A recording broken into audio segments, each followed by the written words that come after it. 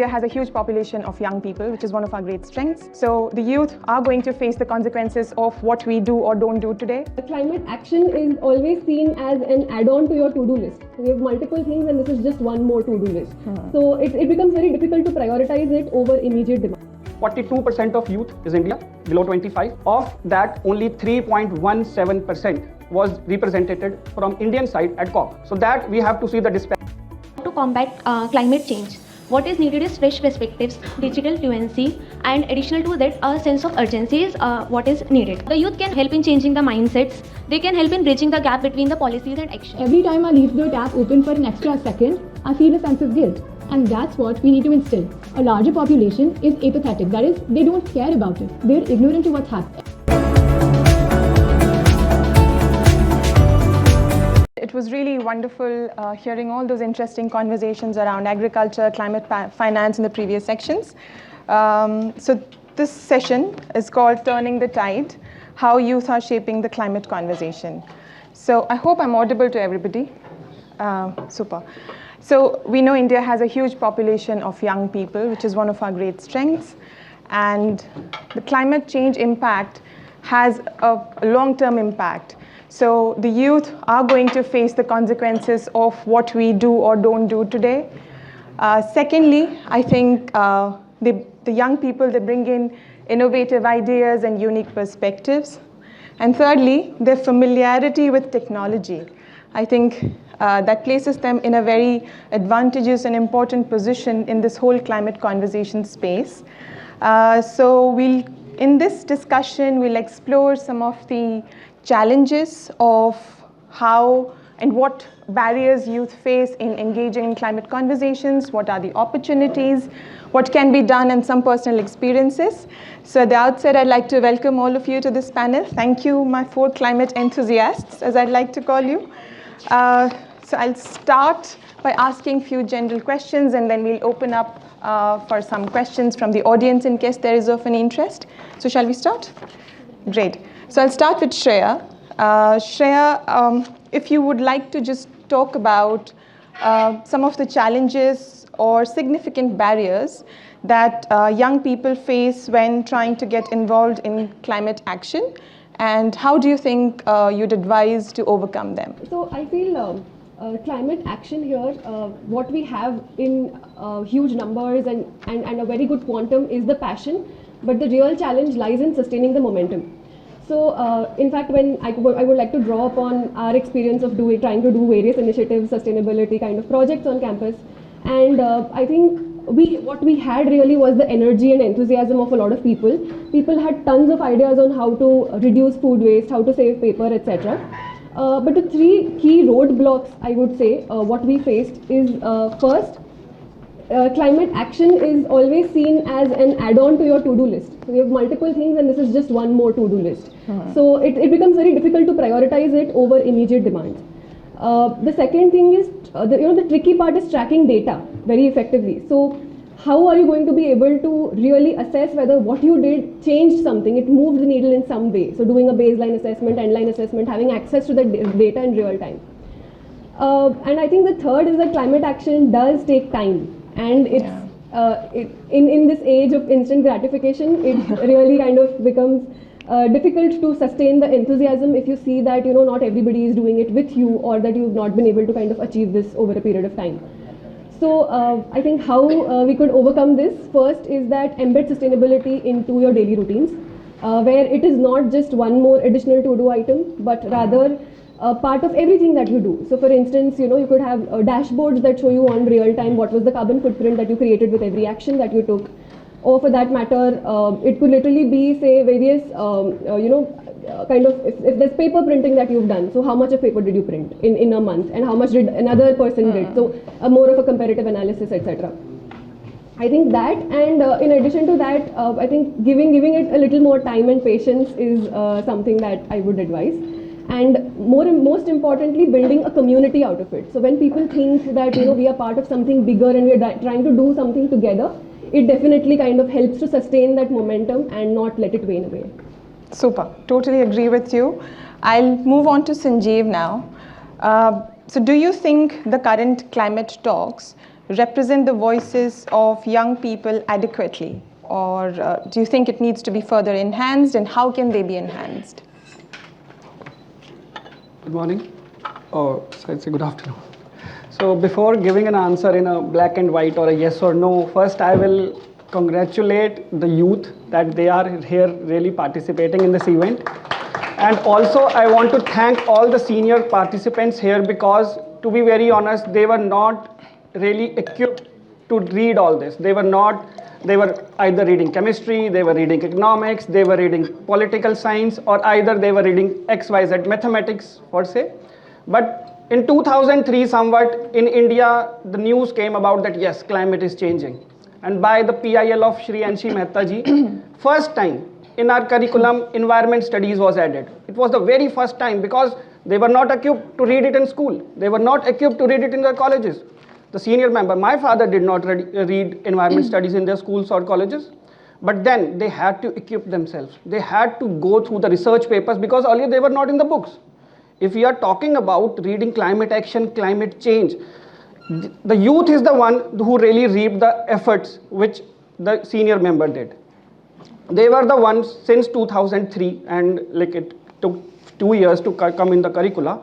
Since 2005, every youth, every school children is studying climate change, environment studies, what is happening, what is geochemical cycle, what is hydrological cycle, XYZ. And then I think they are the more equipped ones. So you asked the youth representation, where it is. So first we have to give and thinking about the financial constraints which youth have. Then next we have to also see that do they get educate representation, which was the main question. 42% of youth is India, below 25. Of that, only 3.17% was represented from Indian side at COP. Whereas if we see European countries, 17% is youth, and of that almost 30% was youth. So that we have to see the disparity, how it is there. Next, we have to give them some sort of financial input, though that they do not, it is also seen by the parents as a burden. Like say in Panjab University, we came up and we got together with an NGO. Every year they set up a National Environment Youth Parliament, where we select top-notch 200 people all over the country. First one was held in the parliament itself. Second, we went to Maharashtra. Third, we went to Jaipur, so that it can be pan-India. Next year it will be something else. One of our student here, Akash, he was one of the finalists of the top 200 National Environment Youth Parliament people. But then, not only that, the finalist is on their own economic burden is sent to the COP to represent these 200 voices of all the students. So that has also to be there, that not only in India we talk about youth and their participation in climate, but also we have to do something to send them on the real talks where real stuff is really happening. Because if we see India, the per capita CO2 emission is 1.9 tons. Per capita CO2 emission of US, 15.9 tons. UK, 5.9 tons. So it is not the youth which have to really equip themselves, but we have to give them some input. Absolutely. I think I agree with the representation of the youth at international forums is extremely important. I'll move to Ankita now. Ankita, what role, now we talked about technology and how youth are uniquely placed in their familiarity with technology. So what role do you think young people can play in driving innovation and technological solutions to combat climate change? Okay, first I would like to start by completely agreeing what Sanjeev has said, that climate change is something that is not being there till very past time. It has started after almost 2000s. So to talk about how to combat climate change, what is needed is fresh perspectives, digital fluency, and additional to that, a sense of urgency is what is needed. The youth are mainly developing the groundbreaking technologies or solutions, mainly for the renewable energy sources or the carbon capture or sustainable technologies, or even the climate modeling. Also, the young innovators are nowadays using the AI, artificial intelligence, big data, or the remote sensing technologies to better predict the climate change, as well as to develop early warning systems that can be used to reduce the impact of risk. Also, talking about the startups that are being led by the young entrepreneurs. They are developing biodegradable material, energy conservation devices, and also the low carbon transportation technologies. The youth led initiatives are also leading to community based initiatives, like it has led to decentralization of renewable energy sources. Also, talking about the smart climate agriculture, that is helping the local people in tackling the climate change problem. I will not go much in detail about the agriculture, as it has already been discussed by the previous panel. Talking about the scientists and the activists, they are playing a major role. They are converting the complex data sets into simpler one. Taking for an example, AQI, that stands for the Air Quality Index. I can bet on that nearly more than 90% of people sitting here know what AQI is. AQI was an index that was being initiated so that a general public could also know what is the quality of air that is surrounding them. Nowadays, almost all of our phones give the value of AQI index, through which we can get to know what is the quality of air that is surrounding us, and we can take the precautionary measures. So these are some of the technological advancements that are being initiated by youth. To conclude, I would like to say, through global platforms, research collaboration, and grassroots activism, the youth can play a major role in securing as well as in a big climate movements. So yeah. Thank you. Yes, AQI is something that we're all familiar with. Yes, I'll now move on to the education system because it's closely linked with the youth as well. So how do you think the education systems or universities or schools can better equip young people to be more involved in the climate conversations and probably lead it at some point of time? Yes. Hi, am I audible? Yes. All right. Thank you for having me here. I'd like to start with the fact that we all know how little consistent steps add up to big victories. So let's start small. Let's start from our primary years. When kids are small at 5 or 6 years old, we all know they're given projects, build a solar system, physical projects, right? How about from that moment onwards, we tell them, okay, this project, you have to make it using 100% sustainable material. Don't use plastics. So I know a lot of us have seen the movie Inception, right? It talks about how powerful an idea can be. So when we're that small and our brain is forming and an idea is incepted into our brains, from that moment onwards, we think in concurrent directions that, oh, things can be done sustainably. Things can be done a certain way. Second of all, and as we grow up, this belief needs to be reinforced. Growing up, in every grade that I was in, we were taught about caring for our environment. And you know what that instills in us? A sense of guilt when we don't do it. Every time I leave the tap open for an extra second, I feel a sense of guilt. And that's what we need to instill. I know a lot of us are proactively working towards it, but again, a larger population is apathetic. That is, they don't care about it. They're ignorant to what's happening. And we've all tried that method that we threaten that, oh, if you do not save water, you will not have any left by the year 2050. Right. But there are other approaches that we can try. For example, when we love someone, for example, I love my mother, so I naturally care for her. So how about we teach them to love the environment? How about we develop a connection with the environment so that not out of threat or out of, they don't do it because they're scared, but they do it because they love to, because it comes from inside. Yes.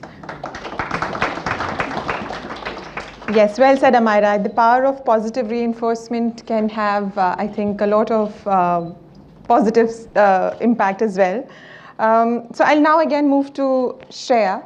We've spoken on technology, we've spoken about behavioral aspects as well. Now is the age of social media. Instant gratification you mentioned. I think social media is a tool for promoting instant gratification to a great extent. So what role can social media and digital platforms play in this whole climate space, and how can we use them to raise awareness and probably to create some more positive action in the climate space? Yeah, so I think social media has this amazing power of networking and having people come together, share ideas, etc. We know from the movement that Greta Thunberg started in one part of the world, which was Fridays for the Future, and how it became a global climate movement. So I think social media does play a very important role in creating awareness, where some spark comes from one region and you're able to kind of spread it across the world. But what I feel is social media should not be restricted only to awareness, and as you rightly mentioned, we also need to use it, leverage it to the maximum to accelerate action. And to me, I think the best use of it is to go the journey of behavioral change through the help of social media. So how do we do it, right? So I was thinking of it yesterday, and then 4 broad things came to my mind under how we can drive behavioral change. First is gamification. I think it's a very interesting way that you can just simply have competitions across even say multiple buildings within campuses. Say for example, here we have campuses and we have multiple student villages. So keep creating competitions there, creating competitions across say office spaces, etc. And then kind of celebrating those wins online, etc. I think it really helps to build that, do this in a matter of a competitive spirit. So that's first. The second is social proof, making sustainability aspirational. So how do you do it, right?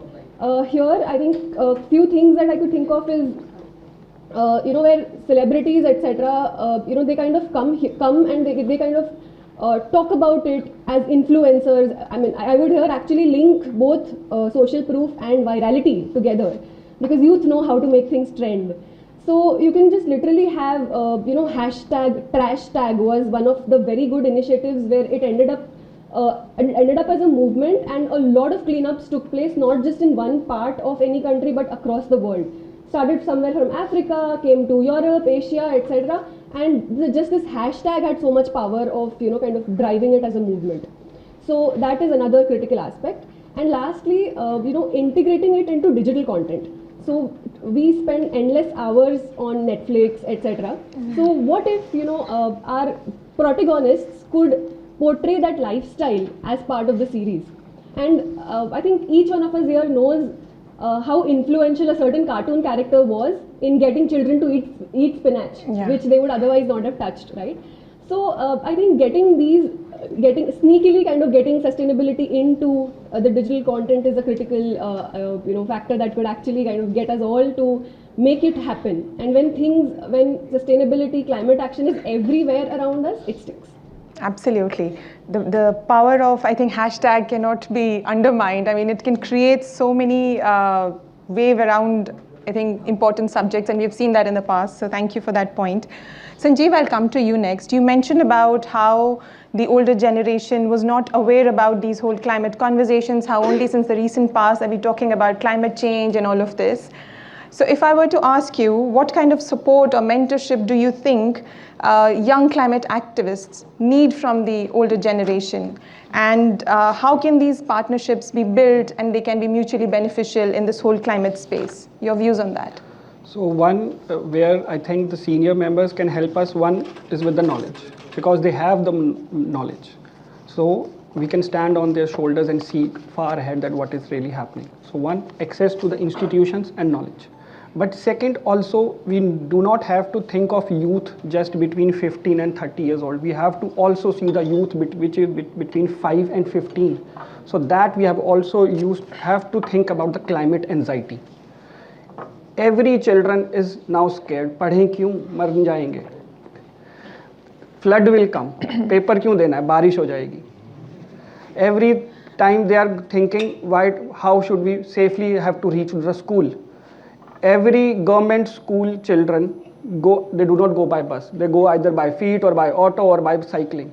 If they are coming back at 2 in the noon, how will they reach safely back? We have to also think about that. So when we are talking about how the elder generation can help the younger ones, we have to also talk about climate anxiety. This came to us in 2020 when COVID came. So our professors, they thought that how to talk to children about COVID. But then since COVID, we also thought that how to talk to children about climate change. When a 5-year-old asks their parent, that dad, what is climate change? They do not know, because the people who are sitting here, they might be knowing that what is climate change, what is the CO2 emission, what is the temperature, how it grading and everything. But the laborer who is going and at 9 in the morning and coming back by 8 in the evening, he do not have the time and is it audible? Okay. And the support to equip himself to talk to the kids. So also we came up with this booklet, Kids, Vayu and Climate Change. We gave a form of a superhero because we know kids love to read comics. So how to talk to kids about climate change, and also not only to tell them that it is not the first time climate change is happening, but this is the first time the climate change is human induced. It is an anthropogenic led climate change, and which is happening very, very fast. And there is no way to stop it. We can only slow it down. First thing we have to remember and put it in our mind that what sir was saying, that we can take an hibernation. Say if we stop the CO2 emission to 0, still the whatever the CO2 emission have taken place till now, they will still lead to climate change. So one, we have to stop our emissions. We have to reach net zero. Then only we can think of carbon capturing or using carbon in other systems. So that is there. So my only appeal to the youngsters is be more vigilant. Be more open to the suggestions what the elder people are telling us. Take their knowledge, use their institutions, use summits like this. Most of the questions were from the elders, and it is sorry to say, but after 30 years they will be no more. And they will still have the hope that after 50 years they will be still here. They have 4 days back, the maximum temperature of Mumbai was 40 degrees Celsius at 24th of February. So you have to understand this is the coldest February ever can get. You can never see a coldest February like this. So the youngsters, I appeal to them that you see how you have to manage, because next 30 years down the line, you have to use their knowledge and do something better with it. Yes, very well said. I think bringing in the traditional knowledge that is there in the past generations and weaving into the day-to-day activities of our climate action is going to definitely have a great impact. I'll come over to you, Ankita, now. Now, there are many solutions that we look at, but there are some solutions that may be overlooked in terms of climate action and climate change. So what do you think are some of the most common solutions that are overlooked? And what can the youth do to bring the attention back to those small solutions that can be done, which don't have a high cost factor in them? Your views? I think the most overlooked solution, yet scientifically proven, is the nature-based intervention, such as the restoration of forests, wetlands, or the mangroves. These are the critical ecosystem that helps in carbon capturing, and they are responsible for the maximum capturing of the atmospheric carbon dioxide from the atmosphere. Carbon dioxide is the biggest greenhouse gas that is leading to the climate change.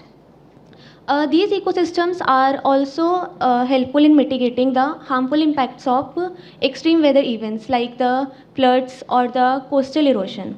Now, many of you might be thinking like these are large-scale movements that are being overlooked. So I would like to say there are many day-to-day activities also that are still being overlooked.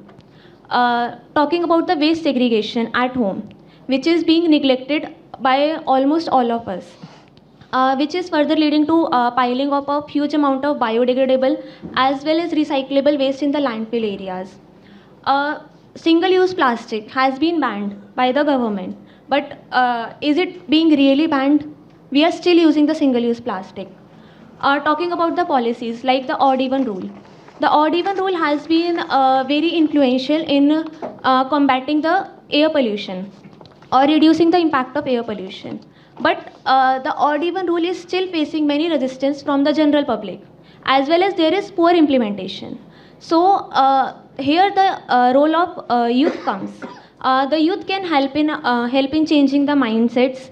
They can help in bridging the gap between the policies and action.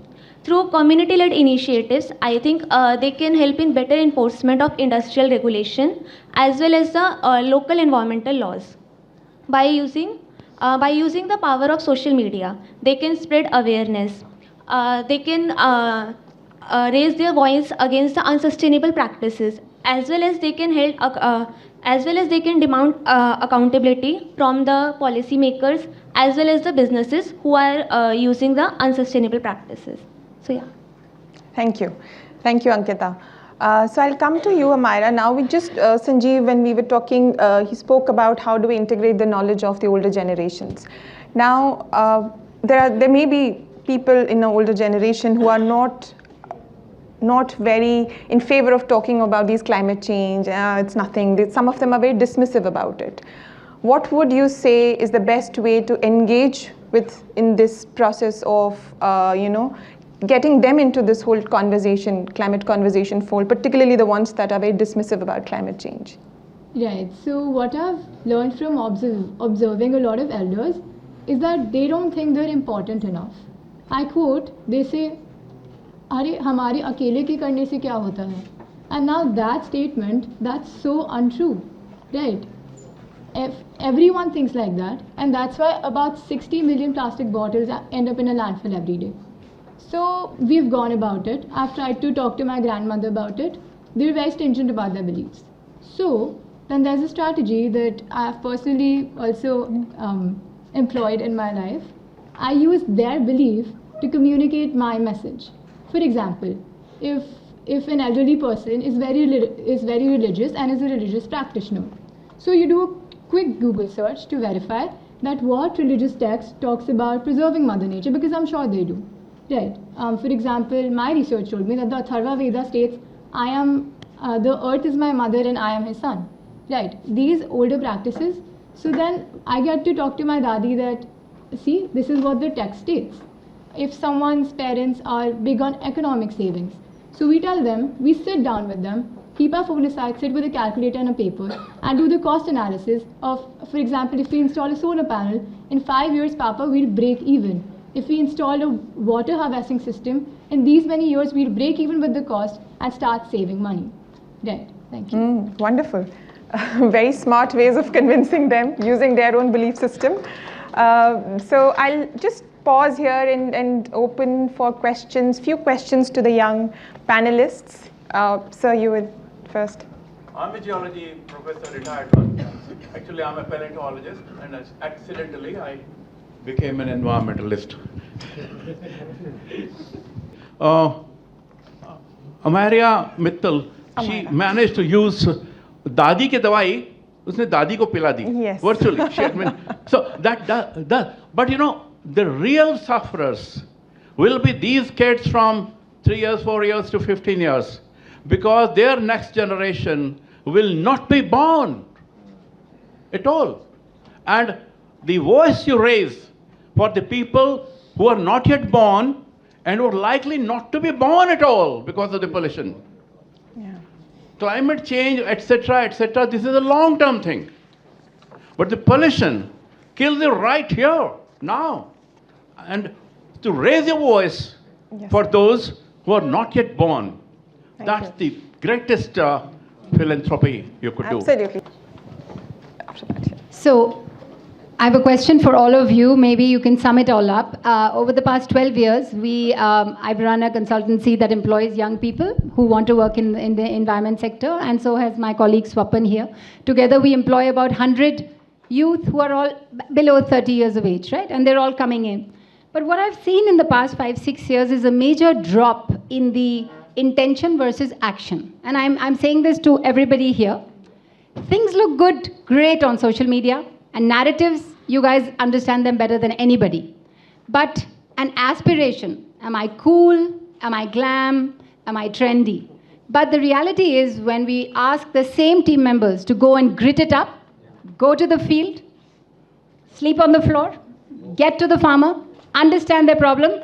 Most of them don't want to do it. And this is a major problem with the youth right now. The problem is that the social media has propped you guys up, as the influencers. But if everybody is an influencer and nobody's an actor, how are we going to change things?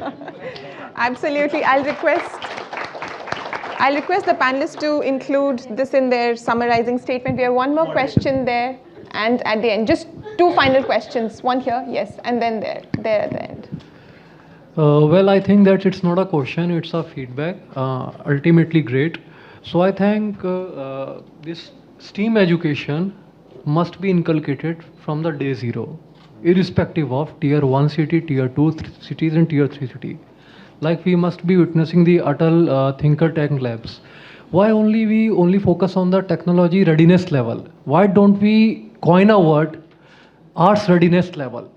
Art comprises the emotional quotient. That thing must be well inculcated. Point 1. Point 2 is like a conclusion or as an extension. We talk about the tech part and tech 2 in the blockchain or AI. We must muster about the ANI, AGI. AGI here is the artificial general intelligence. That's something one must vouch as a premium category where humans would be living in the parallel universe with the tech part. So that I think that growth would be exponential and it will be bridging everything. As a feedback, I am thinking. Thank you. Thank you so much. One last point from that table, and then we'll wrap up because this panel is standing between you and lunch. Okay, one last student, just last. We're getting one student, ma'am. Just one moment.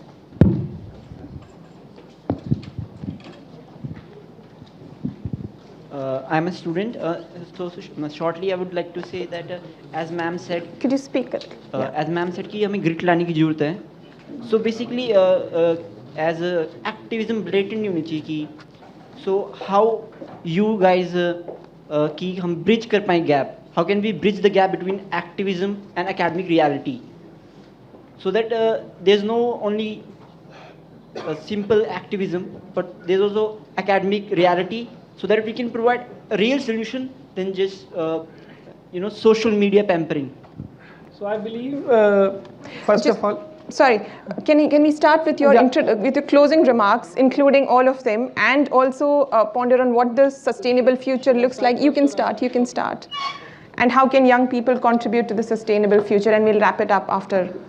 First, I will like to make you remember that environmental sustainability is not a new thing for us. I have seen my mother collecting lots of plastic bags in one bigger plastic bag because way back in 2003, 2002, plastic was really a rare commodity. Nobody really had, because she was like, गीले कपड़े में लेके जाएंगे तो गीला हो जाएगा, plastic में सूखा रहेगा. But now plastic is everywhere, so we really do not capture all the plastic. So one is that, because now plastic has become a menace. So remember, climate sustainability is not a new thing to us. It is really in our ethos. We have to learn from our traditional knowledge that we used to use leaves for the food. So that was there. Next, there was this question that how to make the students come forward and really, as ma'am was saying, that not the influencers but the action doers. So this has to come, I think, either in school, like if we give an example of Japan, kids clean their schools themselves. Yeah. We have to get it in this country that yes, kids clean their schools themselves, they clean their surroundings themselves. This has to come up. Like in 2003, environment studies was there, but now environmental action should come in the curriculum. Thank you. Thank you. Over to you, Shreya, for your closing remarks. Yeah, so I think for this to kind of sustain, we need to literally rewrite the rules. Success cannot be measured by infinite growth in say GDP, etc. But success should have a different KPI, which would be how are companies or organizations or economies able to create circular economies where they regenerate more than they consume. And I think that is what needs to be highlighted. That is what needs to be kept in mind for economic, financial, social incentivization as well. So I think this main KPI needs to change of what we are calling success. And as youth, the way that we can contribute is that we will need to be relentless. We need to, as Sanjeev rightly pointed out, and also as the panelists pointed out, I think we'll need to learn from our elders first. I think how many of us know, like हमारे parents जब भी milk का packet आता है आप काटते हो, वो pour हो जाता है, उसके बाद भी आप थोड़ा सा पानी लेकर जितना बच जाता है वो shake करके फिर आप डालते हैं. It's in our ethos. It's very much there in our blood. I think it's all we need to do is like not give away to fad, but stick to our roots. Continue to do that, being relentless in everything that we do, not say, be it our jobs, making climate action non-negotiable for our jobs, for every vote that we cast and for every product that we buy. And I think that's the way to kind of go about it. Wonderful, thank you. Ankita, your final remarks. I would like to conclude with a very famous quotation by John Cottle that says, whatever you do makes a difference. Now you have to decide what kind of difference you want to make. To the youngsters sitting here, I would say you are not just the participants in the climate change. You are the architects of the future. To the senior people who are sitting here, I would say, listen to them, collaborate with them, empower them. They need your support. Your voices, your action and your choices matter more than what you think. That's all. Thank you. Amira, your concluding remarks. Yes, I'd like to address a question that said, how do we bridge the gap between activism and action? I think that requires efforts from all of you also here. When little actions. When we invest, I'm sure a lot of us invest. When we invest, how about we invest some of it or a large portion of it into companies that promote clean energy? Or about when I am working on a project in college, so how about I would love if we're funded, even though my college funds, I'm sure that a lot of people lack that. So how about more funding is provided to people that come up with solutions? Second of all, we all as environmentalists, we often go about telling people, don't do this, don't do that. But let's make a little change. Let's tell them what to do. Let's break it into small achievable actions so they know what to do instead of what not to. Yes, thank you. Wonderful. I think all of them have summed it up beautifully, but if I have to make an attempt, then I would say, I think one thing that has come out very clearly is that the traditional knowledge of our older generations, that needs to be brought back through more communication and collaborative efforts. This intergenerational collaboration is extremely important if we want to have meaningful impact in this whole climate conversation space. How do we use technology, digital age to spread across awareness? I mean, that's something that is very important, and I think the youth can play a very, very important role. And I think I really liked the idea of redefining success that Shreya mentioned. I think that's something that we all need to be, as individuals, we need to be more conscious about it. What sort of planet we want to leave for our next generations. I think that is something that we all need to ponder over. But having said that, I feel extremely positive after this panel discussion because we have these wonderful young people leading us.